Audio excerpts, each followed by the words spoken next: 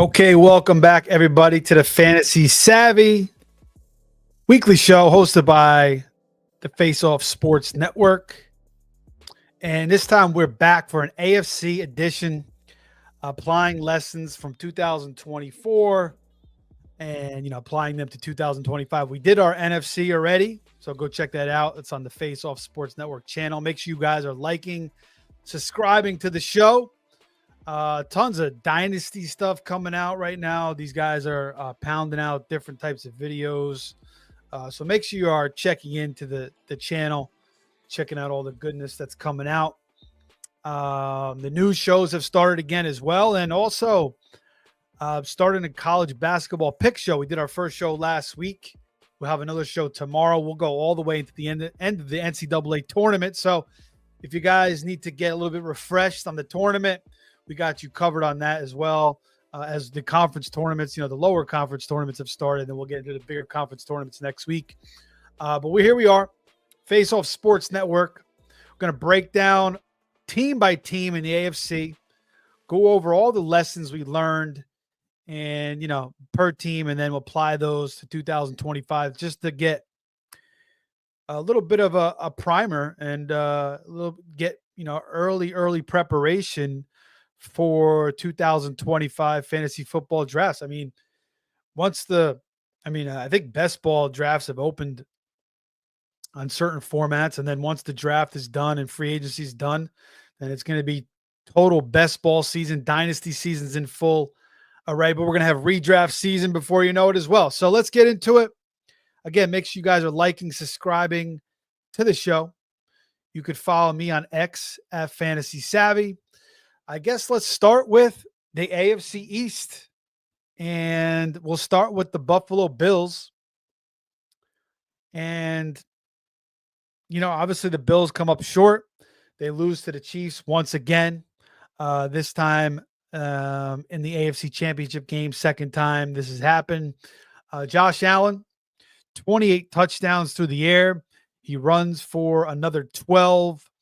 Runs for 531 yards, throws for 3,731 yards. And the big takeaway here is, no more Diggs, no more Gabe Davis.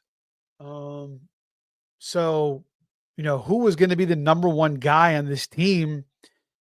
And I guess the only mistake I could, I had a lot of Josh Allen, obviously. If you know me, I'm a big Josh Allen guy. So I was paying the premium on him, even though it wasn't as much of a premium as it was last year, the year prior, rather, where you had to pay second round to get him, third round. Now you could get him third round, fourth round, maybe, depending on the draft, fifth round. But that's going to bump back up this year. But back to the receivers, who was going to step up? Was it going to be Shakir? Was it going to be Kincaid? Kincaid was a very popular pick, obviously. At the tight end position, he was a disappointment. Just 44 catches for him, 448 yards and 2 touchdowns. Now, he was hurt. I believe he had an MCL injury, but he definitely did not progress the way that we expected him to in his sophomore season. So, a lot of let a lot of fantasy owners down. I did have a decent amount of Kincaid, and you had to pay a pretty price for Kincaid as well. He was going fairly high. One of the first tight ends off the board. Paired with Josh Allen again, no more Diggs, no more Gabe Davis. So then they bring in, Curtis Samuel. He was being drafted over Khalil Shakir in many spots, which was kind of dumb. And that was kind of that's the way it rolled out throughout draft season for the most part. It was Curtis Samuel. And then it started to shift towards the end, a little bit more Shakir as we got closer to the season. Keon Coleman comes in as a rookie, not a great separator, big body guy. He only played 13 games. It seemed like he was starting to get it going, and then he got hurt, and it kind of killed his momentum a little bit. But 556 yards, 4 touchdowns. But the main and then, to bring up my point here, Matt Collins led this team in touchdowns with 5, and no other receiver had more than that. And the next highest was 4 with Shakir and Coleman. So the main takeaway here was the ball was just spread around so much that you really couldn't rely on any of these receivers to really, give you consistent fantasy football production. I mean, Shakir was the one guy that was decent. He had 100 targets, 76 catches, 821 yards, four touchdowns. They bring in Amari Cooper, and you expect, Cooper to kind of be the guy, but he was getting less playing time than freaking Matt Collins, Keon Coleman running more routes than him. So that was a little perplexing, but I guess, the way they brought him along, it was very late in the season. He didn't really demand the playing time. He's a humble dude. He just wanted to, he was even saying he wanted to win. So it was just spread throughout so many different guys. Ty Johnson was catching balls, James Cook, Curtis Samuel, even Ray Davis had 17 catches. So I mean, that kind of hurt you. Even if you had two or three of these guys like in a stack, they didn't do anything. Allen obviously helped you, but you never knew who really was going to do anything. And this was like the big thing in my fantasy postseason drafts was, I took like 3 or 4 of these receivers. They did nothing all postseason. So we'll see what the Bills do at the receiver position. They definitely need to add a big time weapon. DK Metcalf is demanding a trade. T. Higgins now has been franchise tagged. Christian Kirk's already been traded to the Texans. So the Bills, I thought last draft they should have went after Brian Thomas. Possibly even Xavier Worthy. They waited, into the second round to take Keon Coleman. Keon Coleman's going to make more strides, obviously, but I don't know if he's ever going to be like a true dominant number one receiver. Not like Brian Thomas this year. Now with Kirk out of the way, now with Evan Ingram cut, I mean, he's going to go berserk. So the two lessons I take here is, the first one is I don't mind paying the premium on Josh Allen. And again, I said his price is going to be higher this year, probably second round. He's a QB1 pretty much every single season. Now it's like 5 of the last 6 years or 4 of the last 5 years. So pay the premium on Josh Allen. His passing numbers could go up. They should go up. Over 30 touchdowns passing, maybe 4,000 yards, probably double-digit touchdowns again. Maybe his rushing numbers go up a little bit, just 531. So, I don't mind paying the premium. I did it last year. I've done it, the past couple seasons. And, I pretty much drafted Allen every single year since he was a rookie. And, the value was early, but now you're going to have to continue to pay the premium for Allen.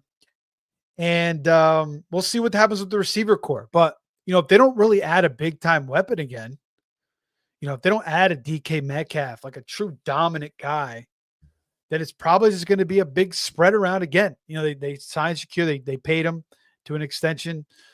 Is Kincaid going to bounce back? Who knows? Keon Coleman, are they going to bring back Cooper? So it's going to be a mix of guys again, and they throw to the running backs. So, I just like the Josh Allen stacks. You almost just got to go with him solo. Maybe add Shakir. We'll see how these guys look in the preseason. We'll see who they add.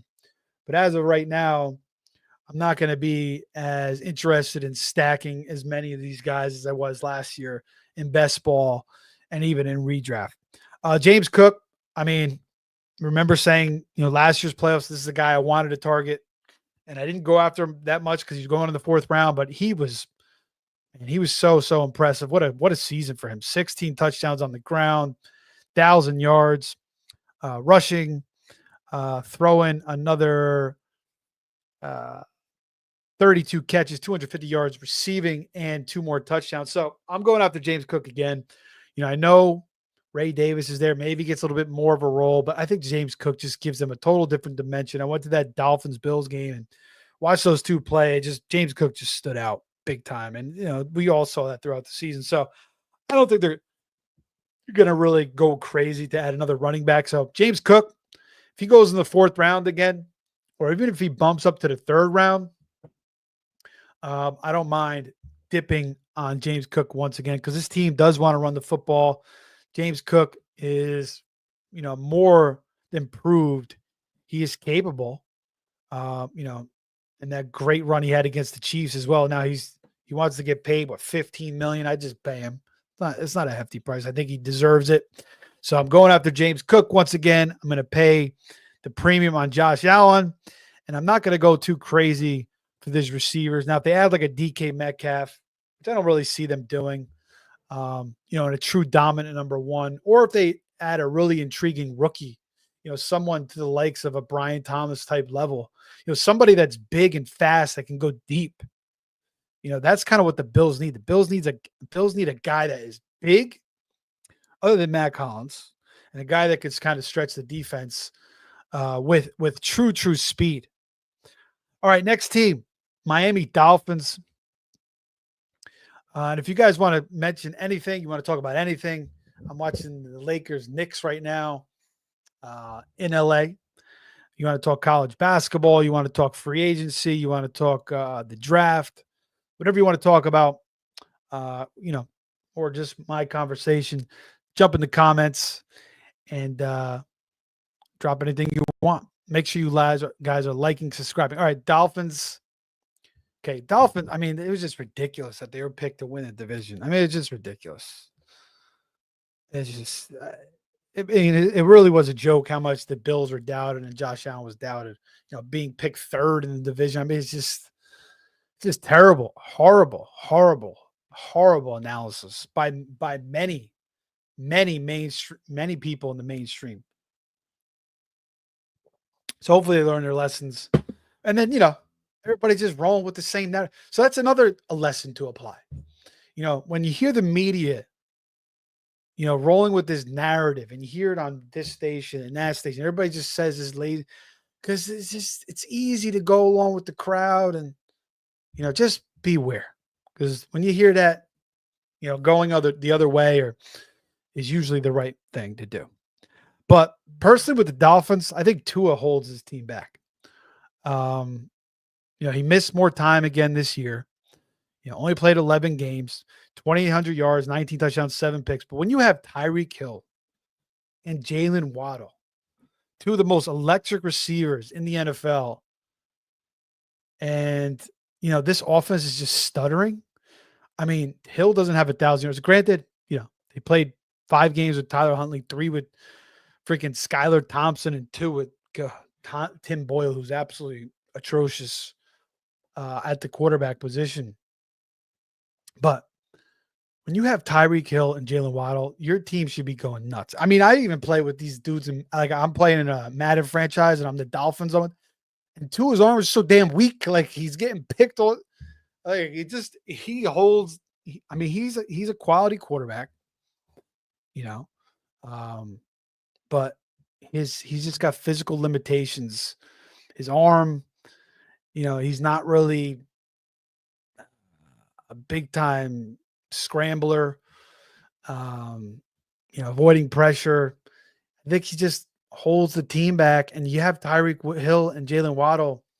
These guys should be going nuts. If I was Jalen Waddle, if I was Tyreek Hill, I'd want to get the hell out of there and go somewhere else.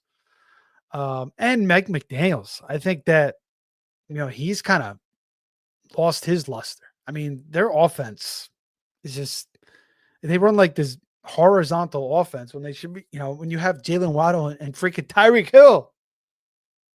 So I'm not going goo goo gaga on Tyreek Hill and Jalen Waddle. Again, I'm not paying a second rounder for Jalen Waddle. The last 2 years have been ugly. Tyreek Hill, I don't know if I want to pay a first round for him anymore. 30, 31 years old now. I just, this year I was buying in. Again, Tua missed time. Numbers would be better if Tua was there all year. But even when Tua was there, it wasn't even that great. So I'm not going to go crazy for Tyreek Hill again. If he falls to the second round, okay. Third round, he's not going to fall to third. Probably second. Maybe third round. It is possible with more guys pushing up. We'll see how it all shakes out as these drafts start to open up fairly soon. But yeah, I mean, it's just not good. And then Devin Achane, he was a hot topic because he was going in the second round. And, the injuries were the concern. They bring in a guy like Jalen Wright. And if I talked about this in the NFC, and that we should talk about Ray Davis and James Cook as well, because a lot of people were scared off of James Cook, me a little bit as well, because of Ray Davis. And, I thought he was talented. So same thing with Jalen Wright. That was the thing. Jalen Wright, he's going to be a presence. He's a quality running back. He's got speed too. He fits the system. He looked good in the preseason. But, and then, Mostert's still there. Mostert had the big year last year. But Mostert was aging. Achane was always kind of the guy they wanted. Jalen Wright was just a rookie. And we've seen that happen on multiple different teams before, where we're scared off the number one running back because of a rookie that comes in. The biggest one, obviously, in the NFC was, Blake Corum and Kyron Williams. So similar lesson here. Don't go Google Gaga so much over the rookie running back. Don't go, and maybe if he's a first rounder, second round, but what, Jalen Wright, third rounder, fourth rounder. So Devin Achane, he proved to be worth where he was drafted, but as a rusher, not the best. 4.5 yards per carry, 900 yards, 6 touchdowns. The key is he caught 78 balls. 78 balls on 87 targets. So he had 4 more targets than Jalen Waddle. So that's where he earned his, fantasy stripes through the passing game. 6 touchdowns on the ground as well, giving him a total of 12 on the year. So, Achane is talented for sure. I don't know if he's like this elite electric guy. We saw in his rookie year, he had some big runs. And, he had some big runs this year too. As long as the year was 61, as long as pass play of the year was 39. But I don't know if he's like a guy, I don't know. Like if he didn't have the passing work, he would really been a disappointment this year in fantasy. But they love to use him in the passing game. And I don't see why that would change unless McDaniels really changes things up and it kind of fits to his mold anyway. So I'd like to see this team get a little more vertical, with Waddle and Tyreek. And,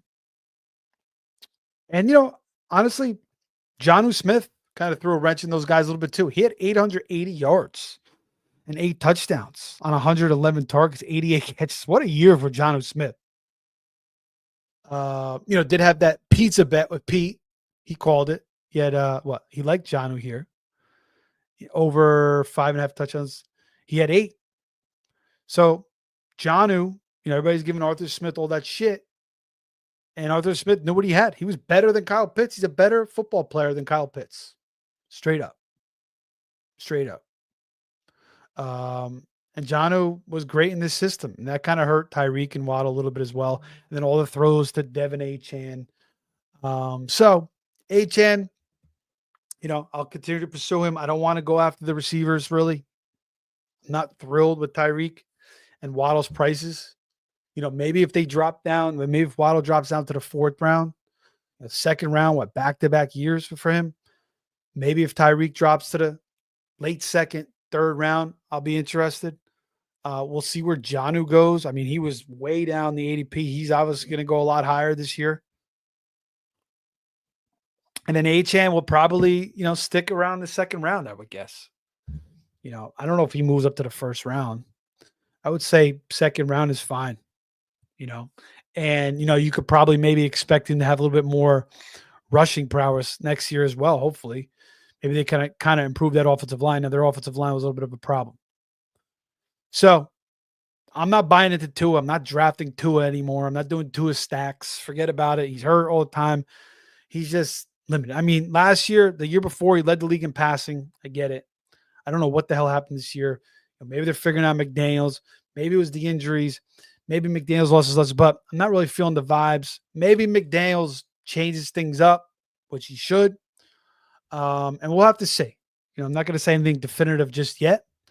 But right now, I don't want Tua I'll go after Achan. I'm not thrilled about the Miami receivers, and we'll see where Jonnu ends up. And maybe Jalen Wright gets a little bit more work this year, especially with Mostert kind of fading away. Jeff Wilson should finally, I don't know why he's still on the team. He should probably fade away as well. But Jalen Wright is still talented in his own right. Still, I wouldn't, still think Achan is just going to be that number one guy. But Wright would be a nice handcuff in the event that Achan, gets hurt. God forbid. All right. Next team in the AFC East, New England Patriots, another dumb narrative in the you can't put Drake May in early because he's going to get hurt behind his offensive line.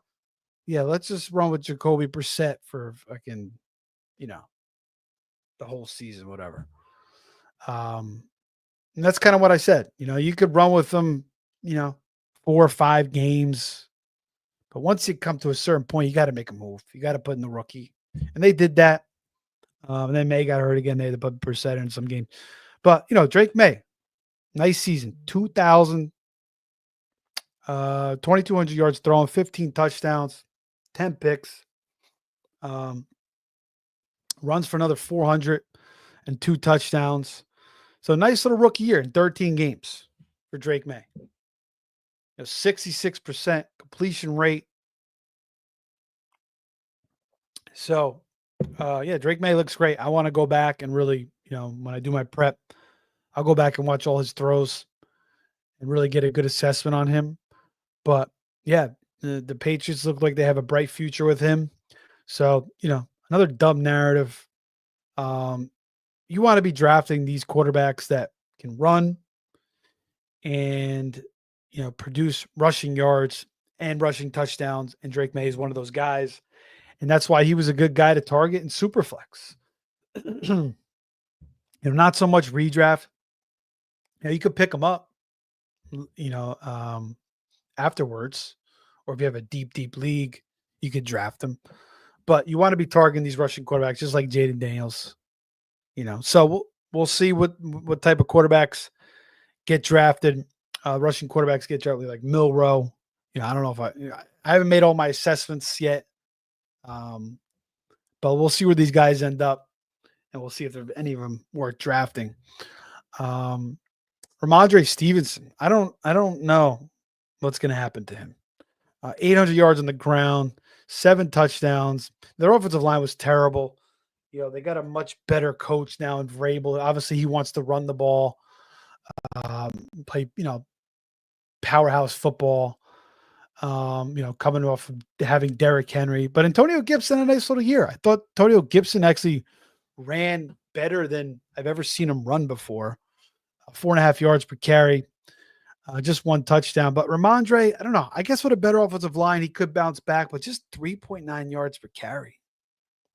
And he started out good and it kind of died out. And then he had all those fumbling issues. It was just an ugly year. It was an ugly year. So I don't know where Ramondre is going to go in drafts.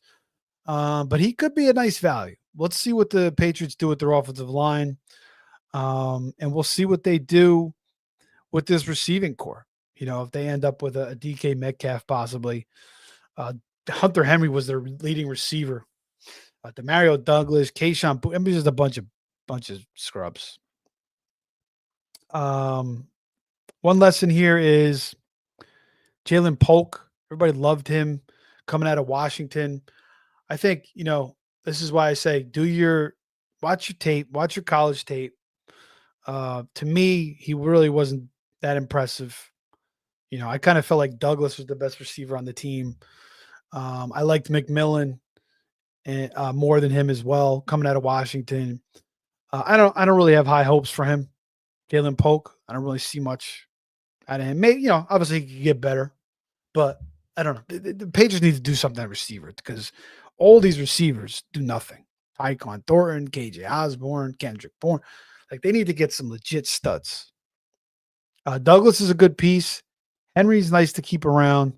But right now, Drake May, I'm pursuing him. Ramondre, I'll go after him if he's a nice value. But again, The again with these preseason narratives that just circle the wagons around the media, and with Jacoby Brissett had to stay in so Drake May couldn't get hurt because of the offensive line. The guy needs experience in the NFL, and you're not going to roll Jacoby Brissett and just keep losing games. So that was another dumb one. All right. Let's talk about my New York Jets. Absolute disgrace of a team. Absolute disgrace of a team. And what, 16 years in a row, no playoffs. So the biggest issue with the Jets is don't buy into the Jets. Don't overhype the Jets. Don't get so giddy about the Jets. And it was Brees Hall, it was Garrett Wilson, it was Aaron Rodgers, but Brees Hall was not good. First round pick. Garrett Wilson was the end of the first round pick. Not a bad year for him. 1,100 yards, 7 touchdowns, but doesn't really pay you that ended the first round dividends. Now, Devontae Adams coming over hurt him. If Devontae Adams wasn't in town, because Devontae Adams definitely went ham towards the end of the year. Wilson's year is probably much better. But it's all over now. Rodgers is gone. They cut Devontae Adams. So Garrett Wilson's team again. We'll see what they do at the quarterback position. I do like Aaron Glenn. Aaron Glenn is a former Jet. I loved him when he played here. I love his attitude. I think, he came from Parcells' mentor, just coached with the Lions under Dan Campbell. So I like the hire. I like when we're bringing back alumni from past teams. This is probably my favorite hire since, I guess, Rex Ryan, because I didn't, Bowles, I didn't like, the crazy eyed dude. I forget his name. I didn't like him. And Salah, I didn't mind Salah. I didn't think he was terrible. Just didn't really have the quarterback he needed, but they needed some kind of change. So Woody fired him prematurely, obviously, and the team got even worse after that. But Brees Hall, he should get, I don't know if I'm not paying it first for Brees Hall, but he'll probably fall back second, maybe third round now. I still like his talent. He did catch 57 balls for 483 yards, but it was just kind of an inconsistent year. Didn't even have 1,000 yards on the ground, and didn't even have double digit. Well, he had 8 touchdowns. We'll see where Devontae Adams ends up, but Garrett Wilson, we'll see what the quarterback is. We'll see who the quarterback is. I don't know what the Jets are going to do. Suppose they want to go up and get Cam Ward. Maybe they end up with Shador. I don't know. Maybe they may end up with Jackson Dart. I haven't made all my full assessments on these guys yet, but I certainly think Garrett Wilson may be a little bit overhyped. So he's not going to go in the first round anymore. Maybe second, third probably. I think I like Garrett Wilson like in the third, but he's going to be like that second round. The second round is always that bunch of guys that have potential, but they still have a question mark around them. But the ADP just dictates these guys to constantly go in this area. So we'll see where he falls, Garrett Wilson. But again, the biggest lesson here is the Jets. Buyer beware at all times when it comes to the New York Jets. But I will say, I do think Aaron Glenn will change the trajectory of this team a little bit, even though Woody Johnson, I've been calling for Woody Johnson to be fired, bring the pitchforks to his house for the last 10 years. And then finally, it's starting to come around, gets an F grade from the team. But just be cautious with the Jets. That's the main thing. All right, Baltimore Ravens, Lamar Jackson. Ridiculous season. 41 touchdowns, 4 picks. Derrick Henry, we all should have known that he was going to smash coming into the situation. Going from the Titans, now the touchdowns we should have expected. The yards, I didn't expect as many yards. The touchdowns, I thought he would get maybe 20 touchdowns, and he finished with 18 total, 16 on the ground, 2 through the air. But, over 2,000 total yards. No way I expect that. But that just, there was a lot of guys who shifted into better situations. Mixon. Um, I wouldn't say Mixon shifted to a better situation. Obviously, Josh Jacobs did. He was kind of doubted. Henry wasn't really doubted, but everybody's just kind of wait for him to fall off a cliff. So I go after Henry again next year. Lamar Jackson, unbelievable. I mean, he was just unbelievable. So another guy that I'm paying the premium on at quarterback. I don't care. I'll pay second round for Lamar. If he's giving you 41 touchdowns, 4,000 yards throwing, his best throwing season ever. I mean, this was the best Lamar ever looked at quarterback by far. Almost runs for 1,000 yards, another 4 to the ground. So he's as quick as ever. His passing is as good as ever. So he might even pass up. Well, I think he finished as a QB1 this year, right? Over Allen. So he might even take that throne again over Allen again next year. All right. Zay Flowers, 1,000 yards, 4 touchdowns. He did play 70 games, got hurt in the playoffs. But just 74 catches. He kind of spreads it around. Bateman had a nice year. Andrews, likely. So can Zay Flowers take that next step up next year? I think Zay Flowers will get even better next year. I could see 90 catches, 1,300 yards, 8, 9 touchdowns. I mean, Bateman was the one catching all the damn touchdowns. He had 9. And then Andrews had 11. After that slow start, he really finished well. And then Likely had another nice year, but he should get even better. I mean, they really need to utilize him more as well. So we'll see where Flowers goes, but I think Flowers will get even better. But just the one lesson I could say is, if a running back comes over from a worse situation, a stud like this, Derrick Henry, I mean, just expect big things. Going into a great situation, playing with Lamar, playing with the Ravens, and pay the premium for the quarterback, like Lamar. Even Burrow, we're going to get to him, and we'll talk about Burrow right now. Burrow, I mean, he was a value at quarterback this year, but you're gonna have to pay a little bit more of a premium next year, and I don't mind doing it. I mean, they just franchised T. Higgins. You have him and Chase. Burrow's issue was he was hurt. Chase was hurt. Higgins is always hurt. But 43 touchdowns, almost 5,000 yards passing. Now, their defense was atrocious, which obviously helped elevate his numbers because he had to throw so much, being down so much. 652 times, 70% completion rate. So, yeah, Burrow is a guy that I'm going to be going after a little bit more. Now, he's going to be more expensive. He'll go probably after Allen and Jackson, obviously. But he might be the third guy off the board. Maybe a close with Hurts. And I don't mind pursuing him. I just think he's a rock solid guy to have. Now, he doesn't really give you the rushing numbers. He'll either run for 2 touchdowns, and he could run a little bit more. But the throwing with those receivers is just going to be electric. And then Chase, 1,700 yards, 17 touchdowns. He'll probably be the number 1 overall pick next year, I'm guessing, or top 3, and it's well worth it. I mean, the connection that him and Burrow have. Now, Higgins only missed 5 games, played 12, only had 73 catches, 911 yards, did have 10 touchdowns on his own. Imagine Higgins stays healthy for the full season. He just can't seem to do it. So Higgins, Chase, buying in, Burrow all day long. Chase Brown, completely legit.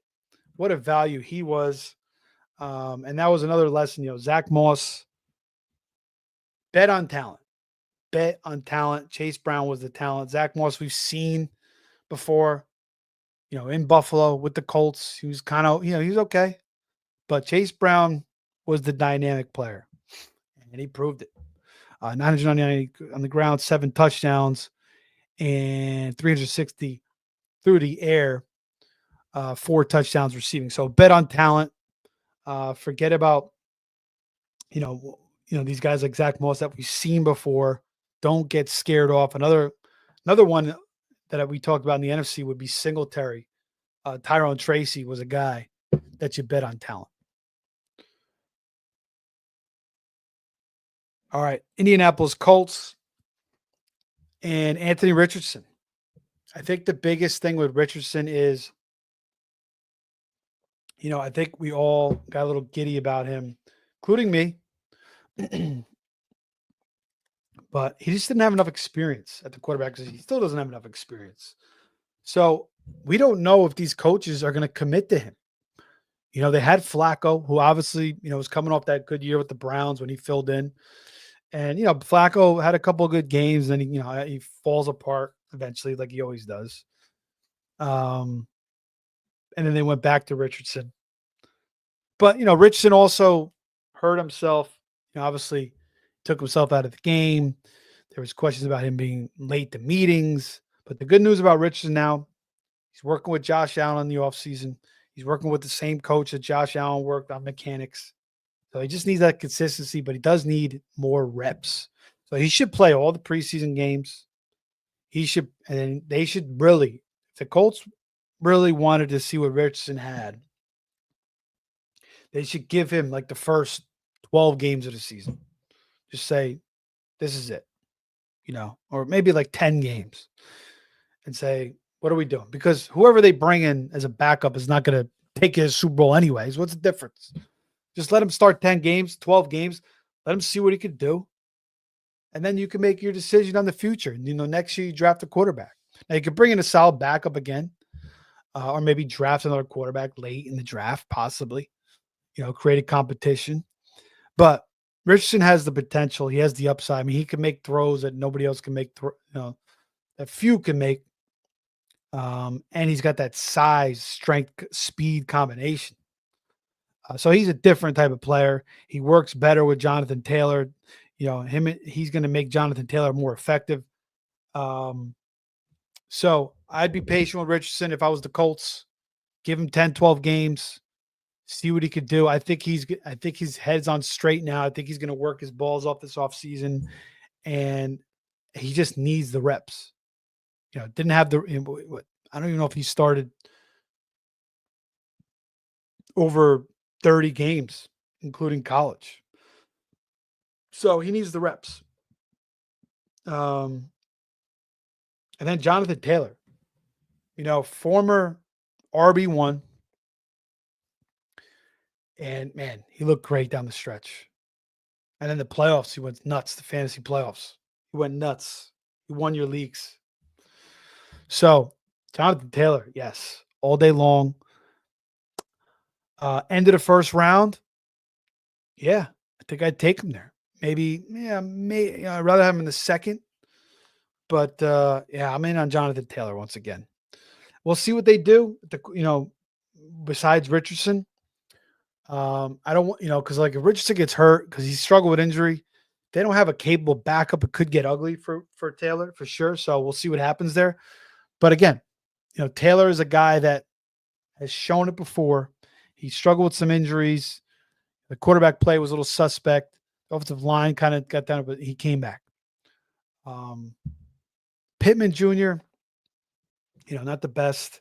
Alec Pierce led the team in receiving and touchdowns.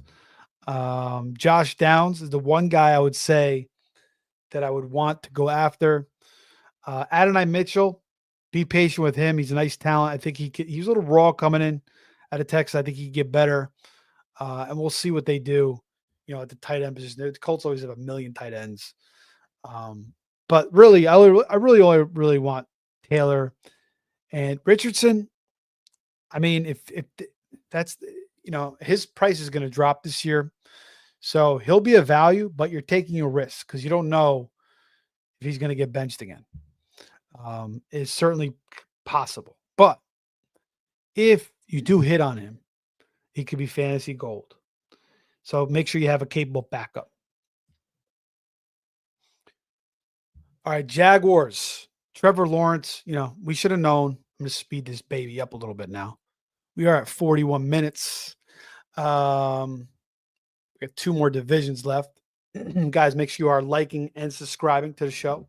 Trevor Lawrence, we know he's not the guy that most thought he was. He's okay. He's good. Maybe Liam Cohen now coming in as head coach, maybe that helps him. It should help him, with some fresh ideas, from the past 2 coaches, old school dudes, and Peterson. So Lawrence, I don't want him as my fantasy quarterback. Forget about that. But I do want Brian Thomas Jr. And lesson learned here is,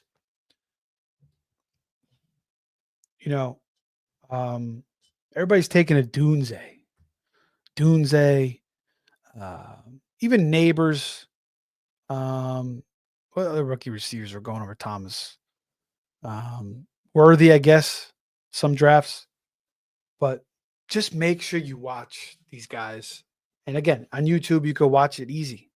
If you watch Brian Thomas, he instantly stood out. I mean, it was just, his speed was just, and the way he just got deep, 17 touchdowns for LSU. I mean, it just stood out. And I was like, wow, this dude's going to be fucking good. And he was 1,200 yards, 10 touchdowns. So, many teams took receivers over him. Yeah, I don't know. I don't know what the hell they're doing. I mean, Brian Thomas looks like the next big time receiver in the NFL.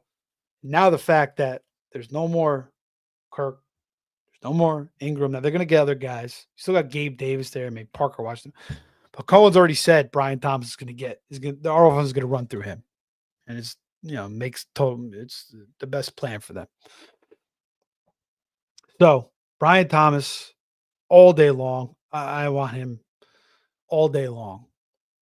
He was going off with Mac Jones. So it's going to happen again.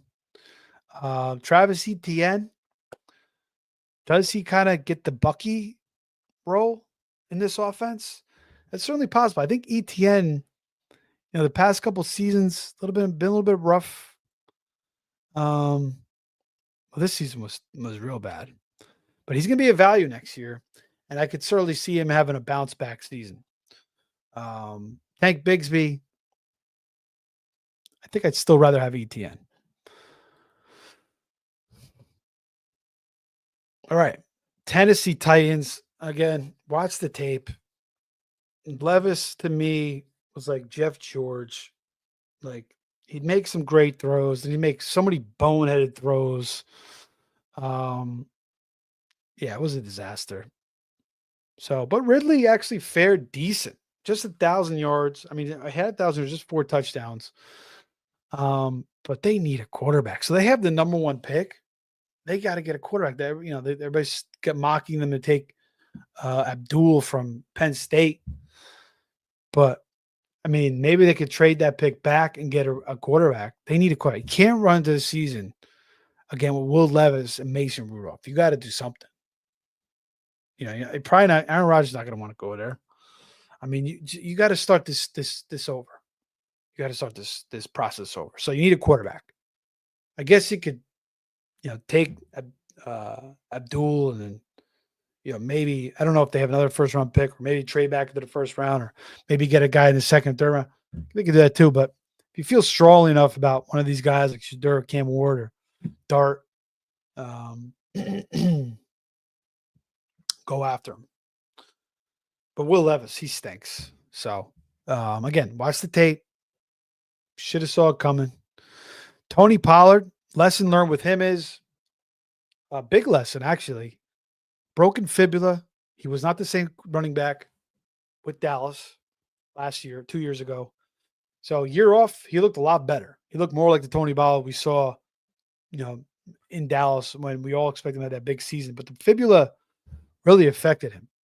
So he's healthy now. Same thing with Pacheco. I think Pacheco will probably look better too, but I think the Chiefs are going to probably address that running back room. But same injury. Both guys did not look the same coming back. So Pollard looked a lot better. 1,000 yards, 5 touchdowns on the ground. Pretty decent fantasy season for him. Ridley, I think he's moving past his prime. Well, again, I don't see the Titans are gonna. I don't know who they're gonna get a quarterback. I don't know. I'm not gonna go crazy for Ridley though. The one guy though, I think we watch on this team is Chig Okonkwo. Started to come on towards the end of the year. Finally, like they're recognizing you got to use a little bit of Chig. So they did that, and he finished strong down the stretch, just 479 yards receiving. But again, his last few games, 10 targets, 59 yards, 11 targets, 81 yards, 7 targets, 42 yards. And, a couple games before that, he had a 70-yard catch for a touchdown. So, I think Chigo Quanco, late tight end. You don't have to pay anything for him. Still a talented kid, only 25, 6'3", 238. A little bit different. Callahan's smart to get him more involved in the offense. So I think the Titans should address the quarterback room. If they don't address the quarterback room, this team might be the worst team in the NFL. They can't go with Will Levis and Mason Rudolph again. All right, AFC South wrapped up. Let's talk about the AFC. Not AFC South. Sorry. What the hell am I doing? I went to the AFC North and the AFC South. So I talked about Jacksonville and the Titans and the Colts. I didn't talk about the Texans, but I missed the Steelers and the Browns. So we'll get to those. Let's finish up the AFC South and we'll dip back into the AFC North real quick. Houston Texans. What's the lesson here? We all were a little bit giddy about CJ Stroud. Now, some weren't. Some were hesitant on Stroud as a fantasy quarterback in his second year. I didn't see it. Shout out to Anthony. I know he was one of the guys that was a little hesitant on that. I didn't see it. I was like, there's no way that Stroud's going to get worse. He's got Diggs now. Nico came on. Tank Dell's coming back. But it happened. The offensive line wasn't as good. They regressed. Just 20 touchdowns for Stroud. And it was bad. And that's the lesson. Guy has one good year. You can't just assume based off one good year that he's going to be good the next year. And you got to be a little bit hesitant. Now, I only drafted Stroud in one league, but it was actually one of my biggest leagues, so it was a mistake. I don't know why I did that. I regret doing that. But so guys like Jackson, Allen, Burrow that we've seen do it year after year after year after year. Feel comfortable about paying the premium. But Stroud wasn't like a big time premium, but he was expected to do a lot better. The hype of Diggs coming in, and it just wasn't.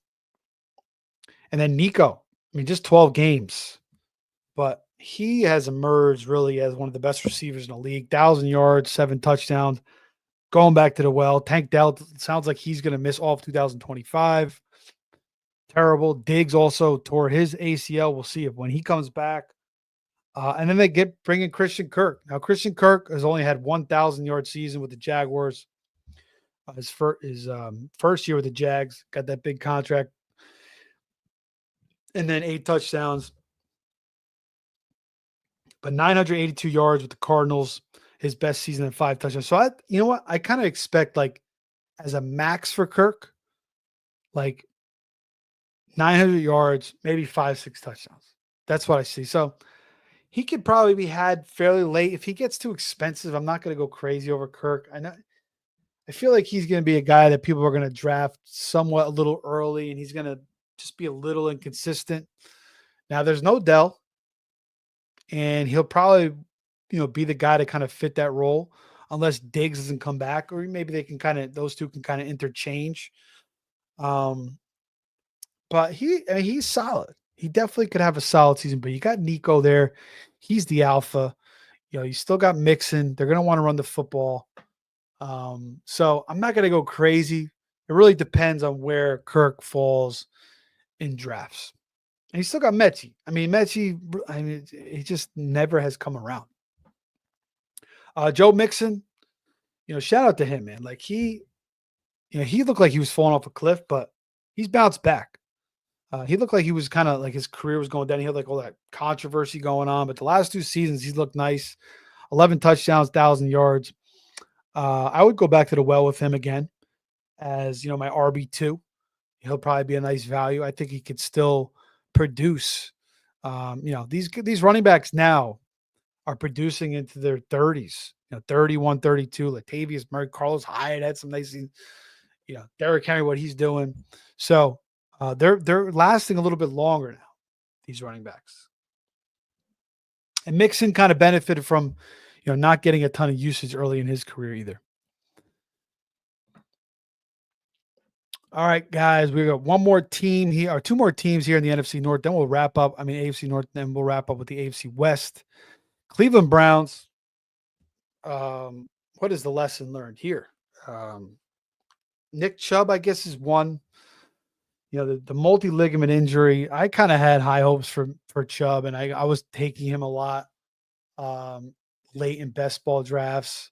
He just never looked the same. Terrible injury. Credit to him the way he came back. But this is the second time he tore that same ligament. And, just you listen to the injury experts and they were really worried about him. So I was kind of trying to hope he could defy the odds, but it was just kind of wishful thinking. So that's the injury. If a guy had multiple injuries to the same knee and he's a little bit older, like Chubb is he is 29. So it was kind of like the writing on the wall there. And then Deshaun Watson, we saw it last year. He was a disgrace. He was bad. So we should have seen it coming again. Judy, though, he really benefited. I was kind of surprised by that, but he was a good value in draft. So, former first round pick, now going towards the end of drafts. Again, changing situation. But he really shined. I didn't expect him to shine as much as he did, but he looked great. He got a ton of targets. Obviously, Jameis helped him out a little bit too when he came in slinging the rock everywhere. So yeah, Judy will go back to the well on, and I guess the lesson learned is there. Don't completely give up on these first round picks, especially a receiver at Alabama like Jerry Judy, who is a pure route runner. New situation, and now a value. Before we had to pay higher premium, now he's a value. So take your chances on these guys. And Njoku, I always liked. He's always struggled with injuries, just 11 games, but 505 yards, 5 touchdowns. He's a freak. Cedric Tillman looked good when he was in there, when Jameson took over, and then he got hurt. Elijah Moore, forget about him. He's decent in some games, but 538 or 1 touchdown, it's over for him. But we'll see. We'll see what the Browns do. They got a lot of work to do.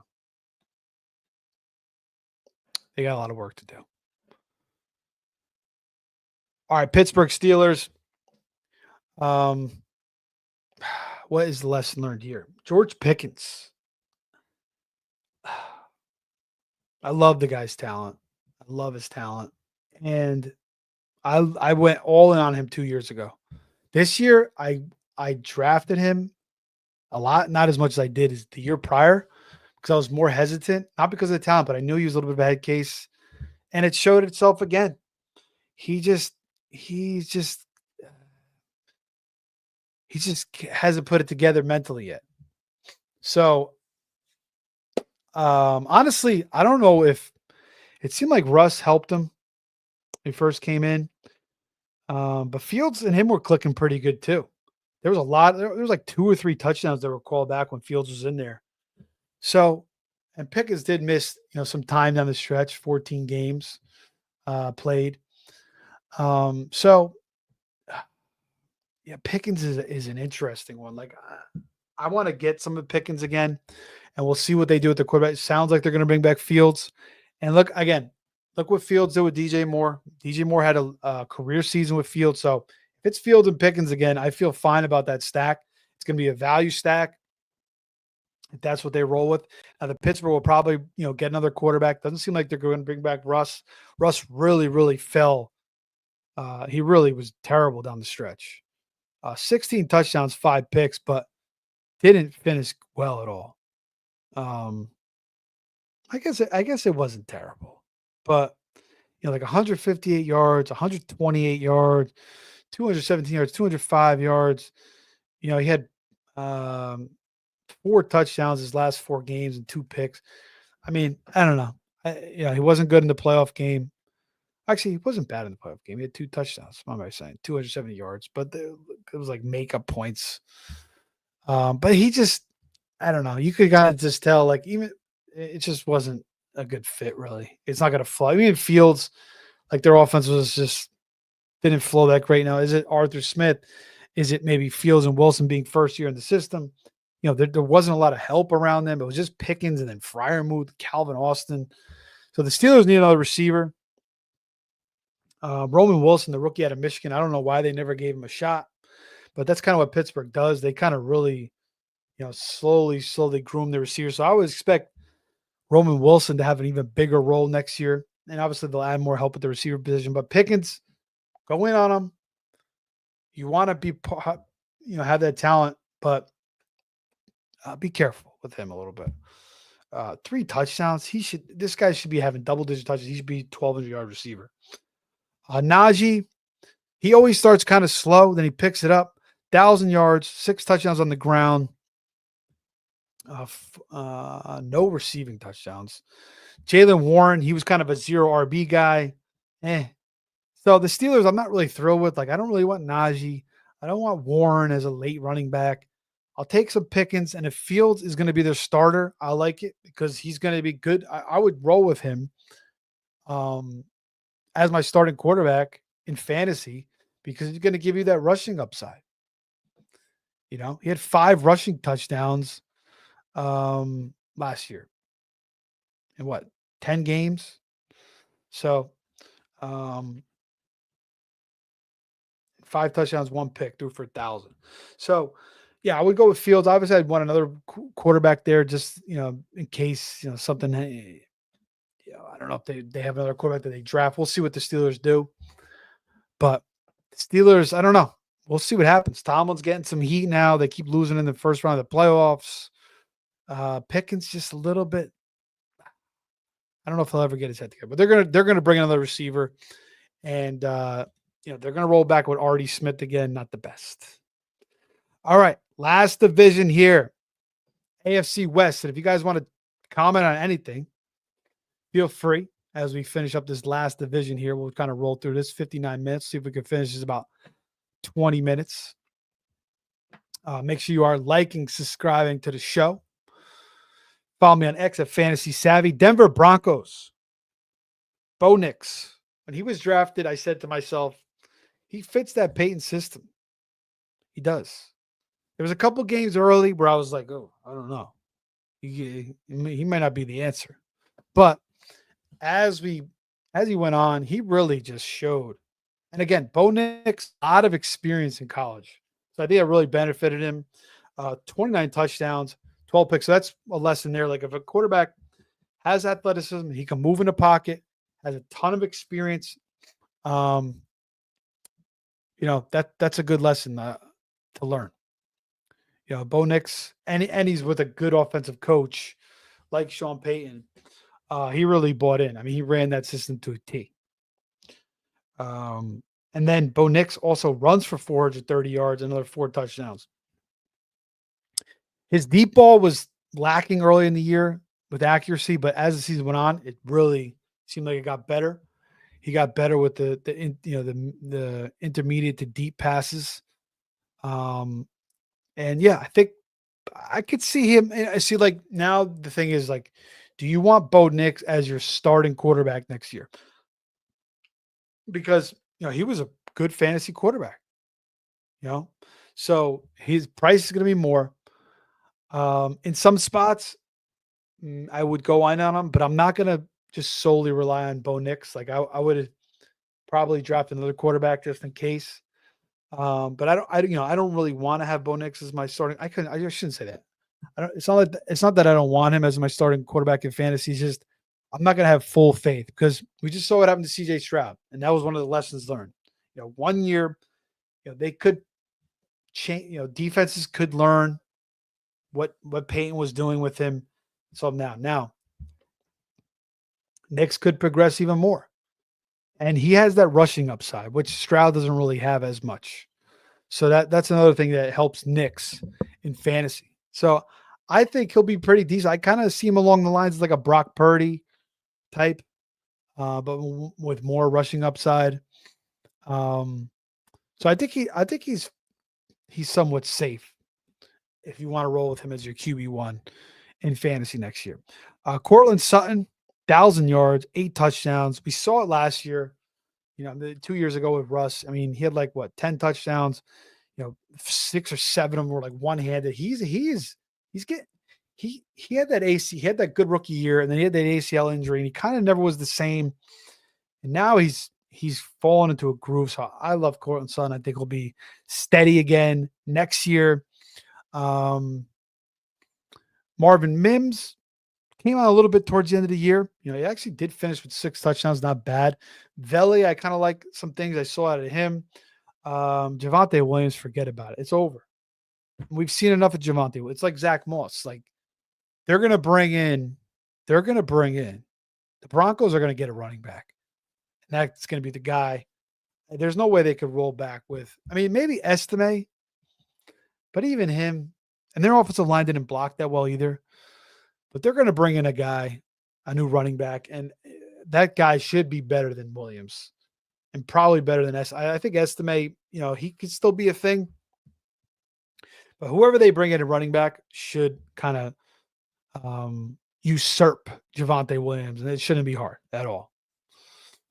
So I'm kind of excited to see what they do at running back, the Broncos, because Payne will continue to improve that offensive line. I think he could be pretty productive, especially in the passing game.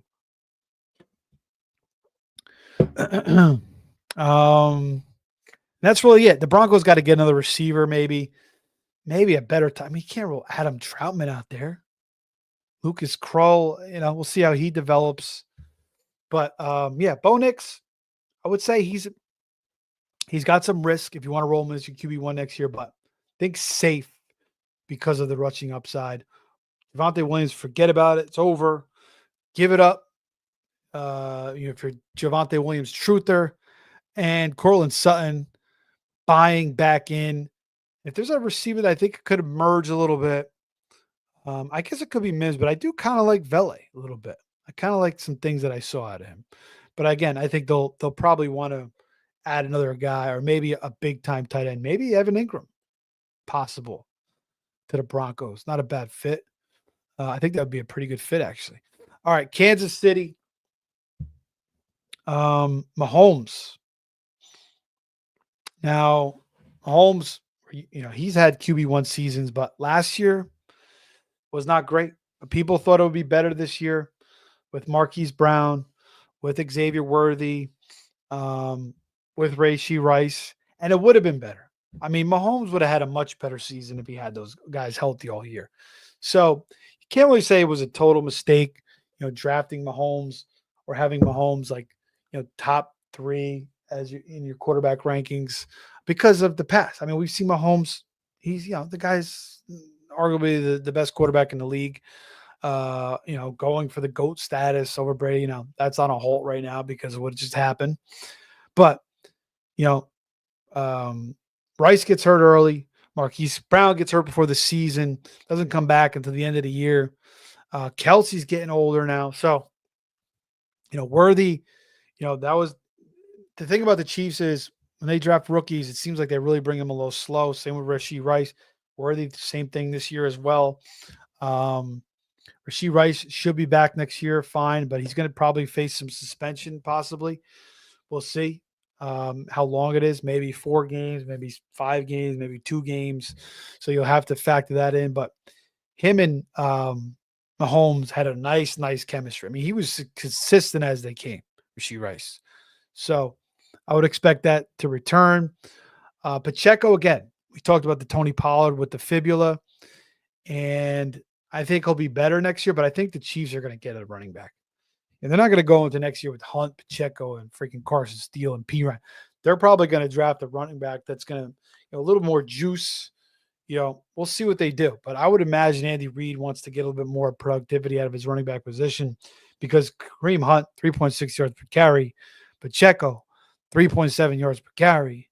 So the Carson Steele, the Pacheco, these late running back, zero running back strategy. And it worked the year prior with Pacheco. But this year it didn't work. And Pacheco, again, he might be a lot better next year. He might actually still be a thing for the Chiefs. So that's just something to pay attention. But let's see who else they bring in at the running back position. If they don't bring anybody else in, I would expect Pacheco to kind of return to productivity once again. But Worthy, he's going to be nice. Kelsey, now he's going to drop in drafts. Not going to go as high as he used to. Could prove to be a value, but I don't know. I think I don't know. Kelsey, 35 years old. I think it's just he's going to be like the third option in the offense. So no Gray's more involved now. Hopkins is out of the way, but Rasheed Rice is going to be back. Hollywood Brown will have more time in the offense. So yeah, I think it's over for Kelsey. I was never a big Kelsey drafter anyway. I'm not going to be drafting him unless he falls into really falls to a nice value, which I think could happen. Then I think it's worth it. He could have a Zach Ertz type year. But again, he's I think he's a lot older than Zach Ertz. How old is Zach Ertz? They're the same age? Yeah, close. Kelsey's like a year older. So, and I don't think Kelsey wanted to go out the way he did in that Super Bowl. They're showing a lack of hustle he was doing. So he knew he needed to come back. I think he's got one good year left in him. I think this will probably be his last season. And he'll probably give it all he has. So he could go out with a pretty nice season. And if he becomes a value, then I think it's worth it. We'll see what Andy Reid does. The Chiefs, have not looked good on offense the past 2 years, so they need to change some things up. And I expect them to. They're obviously going to be in the drawing board, in the film room, going nuts this offseason, utilizing Worthy, utilizing Hollywood Brown, Rasheed Rice, and it's possible they could add another receiver. But I think Reed's going to look at that running game too and really want to get an electric guy there. Somebody he could really utilize with speed and with out of the backfield. All right, Las Vegas Raiders. I mean, what is the lesson learned here? I mean, this team came into the season with just horrible quarterback situation. They had to choose between Gardner Minshew and Aiden O'Connell. And Minshew was a disaster. 9 touchdowns, 10 picks. Aiden O'Connell wasn't much better, but he was better. 8 touchdowns, 4 picks. They had Desmond Ridder in there for 6 games. The one lesson, though, here is the running back position. Zamir White, he was a zero running back guy. Everybody was in on him as, whatever it was, a 6th-round pick. It's kind of like the Rashad White thing all over again. But it's risky. And look what happened to Rashad White this year. Rashad White got lucky 2 years ago because there was no talent around him. And freaking Zamir White, he got beat out by Alexander Madison, who got thrown off the Vikings because freaking Ty Chandler was playing better than him. I mean, Amir Abdullah looked better. Sincere McCormick looked better than Zamir White. Zamir McCormick actually didn't look too bad. So just goes to show you small sample size, overhyping the value, the value. So the value. Sometimes we talk about the value too much. Forget about the value. Look at the talent. Zamir White was, he was okay. But I mean, honestly, when I watched Madison on tape, Madison looked better than him to me. Madison's a weird thing. Like he looks good on tape, but like he doesn't really go. The stats never produce because he doesn't go anywhere. Like he's got like this burst for like 3-4 yards, and he falls down. But it always looks kind of good on tape. He's kind of deceiving a little bit, but just 3.2 yards per carry for Madison, but 2.8 for Zamir White, even worse. And then Abdullah and McCormick were 4.7 each. Actually, there is a couple big lessons from the Raiders here. Devontae Adams is one.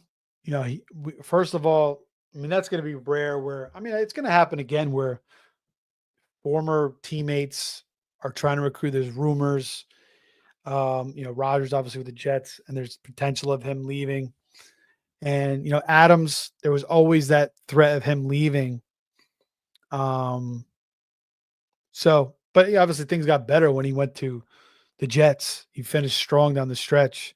So he kind of helped you and had a pretty good year, but still was going a little too high, wasn't great. And then he held out all those games.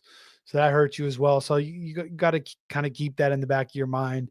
A guy like Adams, a receiver that is, arguably the best route runner in the league. The way he sets corners up, with his hezzy steps and his releases, pay attention because those guys, they're not going to want to play for a bottom feeder. They're going to want to go somewhere. So if we get into other situations like that, expect a holdout, and, maybe you want to avoid those guys. And then another one, Brock Bowers. I mean, the dude on tape and in college, and it was like a no-brainer pick. I wanted the Jets to take him. They took an offensive lineman, and he goes off. Now, there was the one concern about Bowers coming into the year was they had Myers, they had Adams, they had Michael Mayer, and their quarterback situation was not great. But again, comes down to talent, betting on talent despite the situation. And Brock Bowers is, fits that in the dictionary, in the book, 100%. I mean, 112 catches, 153 targets, 1,200 yards receiving, 5 touchdowns. He is the real deal all day long. He should be the first. I mean, he might be the first tight end off the board next year.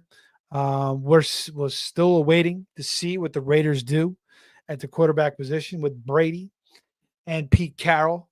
Making decisions. Pete Carroll, I like the hire. I think he's got, maybe 3-4 good years coaching left. I think his goal and Brady's goal is that Pete Carroll gets the team in the right direction and hands it off to his predecessor in a good position. And Brock Bowers is a huge, huge piece of his team. He will continue to be a huge piece of his team. So, expect Brock Bowers to go. Jacoby Myers, I like as a receiver. If he gets a good quarterback, I don't mind going after Jacoby Myers. And then the Raiders should definitely bring in a new running back. I mean, again, I like Shazier McCormick. I actually think he's the best running back on the team, but they're probably going to bring in somebody that's a new quarterback, new running back.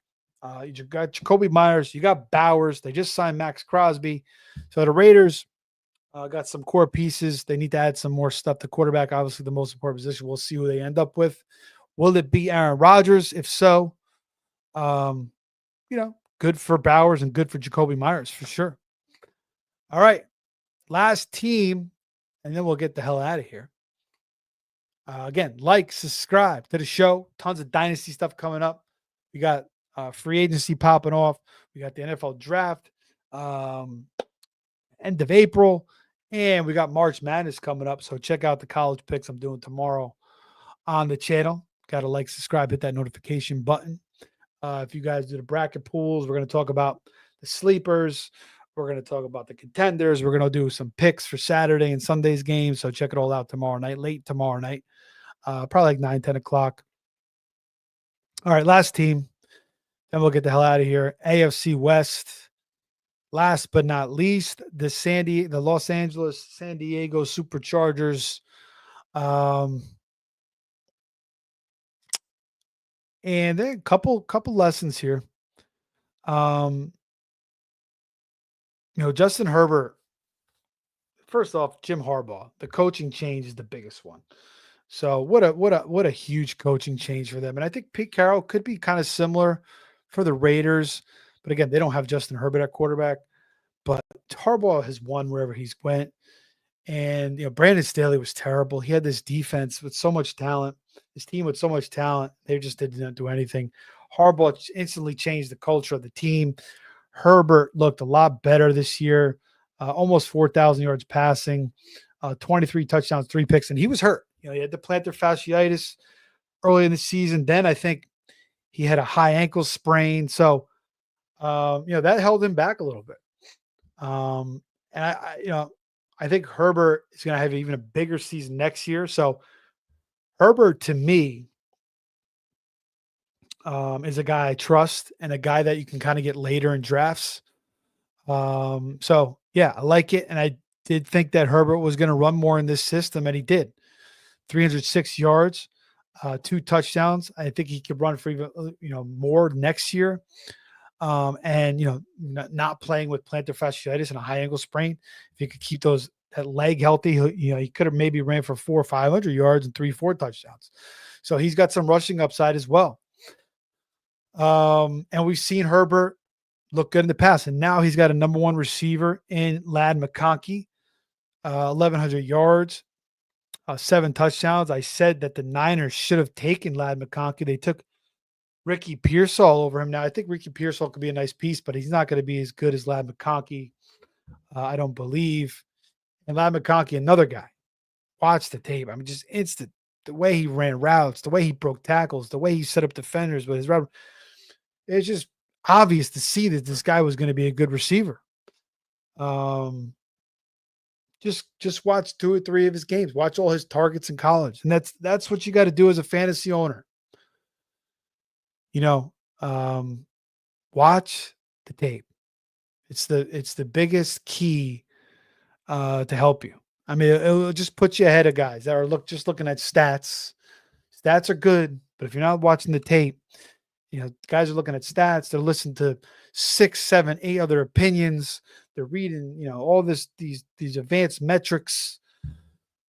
It's Ladd McConkey. I mean, football doesn't have to be so hard. The guy's an incredible route runner. He's a tough-ass player. He has good hands. And he was paired with one of the best quarterbacks in the league. So it was a simple equation. It popped off, and it came through. Josh Palmer, never really did much. So we shouldn't have expected so much. And then Quentin Johnson, still struggled with the drops and some boneheaded plays. But they did a good job of getting him, kind of utilizing a little bit better this year. 700 yards, 8 touchdowns, just 55 catches. He was going like the end of drafts, so he was kind of free. Can he expand on that this year? I think he can. I think he can get even better. He still does a lot of boneheaded stuff. He still drops too many passes. So I still think he'll struggle with that. But could he get 1,000 yards and 10 touchdowns? I think he could. I think we could see a world. Will Disley showed some good things. Stone Smart, I thought, actually was kind of exciting. So he's a guy to watch out for. And then J.K. Dobbins. People left him for dead because of the back-to-back, multiple injuries, the Achilles injury. But the value is there. Again, sometimes value is good, sometimes value is bad. But we're talking about Zamir White versus J.K. Dobbins. J.K. Dobbins, Ohio State. J.K. Dobbins, we saw look really good with the Ravens. They just could never stay healthy. Zamir White, okay, what? Alabama too? But he had like 6 good games in the NFL. So, or Georgia rather, for Zamir White. Dobbins is a much better prospect. and he proved it in the NFL. And he was coming into a system that wanted to run the football, and his competition was Gus Edwards and Kamani Vidal. Everybody loved Kamani Vidal. Again, the rookie hype, overtaking a guy that's proven in the NFL over a better talent. And Dobbins, he did, and again, he missed 4 games again, missed a month. But he did have 900 yards, 9 touchdowns on the ground. And he caught 32 balls. So for where he was going in drafts, it was pretty damn late. He was a good pick. He was not a bust. He was a solid pick, and J.K. Dobbins proved a lot of people wrong with the way he came back this year. So, we talked about Nick Chubb. Nick Chubb, the same injury, 28 years old or 29 years old. Dobbins, just 26. Not a lot of usage, though. So, I mean, he is still somewhat of an anomaly, but you had to pay attention to the kind of guy Dobbins was, faith-based, you know, um, he had a ton of faith, just so positive, despite everything he went through. So, pay attention to the mental aspects of these guys too. Watch some interviews, get to know the player, learn about their history. These are all things that will help you as a fantasy owner as well, if you want to get to the next level. So it's a bit of everything, but the most important thing to me in fantasy football is watching the tape. Number one, the stats are there as a guide. Don't go too crazy on them. They could definitely lead you astray. And then, learning about the players, learning about their backgrounds, learning about their mentality, and then experience too. What kind of experience did they have in college? How many games did they play in college, especially for the quarterbacks? So that will wrap it up, guys. I hope that you guys can use this as a resource. You're going for a walk. You get into best ball season, you get into your draft season, apply these lessons, apply the things we learned from 2024 into 2025. Go back and check out the NFC version. But again, make sure you guys are liking, subscribing, hitting that notification button, sharing. Face Off Sports Network has a ton of great content coming up for you guys. We got all the dynasty stuff again. I got the college basketball thing going on. We got the soccer guys. They if you guys are into soccer, I love listening. They're funny. They make good picks. They bounce off each other, good ideas. They do a great job. So it's a great channel. Everybody's doing great. And so that's why you got to hit that like, subscribe button. But that is it for me. Fantasy Savvy on Twitter is the handle down below. And this will probably be my last football show until after the NCAA tournament. Maybe I'll jump on the guys with one of those news shows between, but I'm going to be so focused on the tournament coming up. So that's it for me, guys. We'll see you soon. Take care, and hope you enjoy it.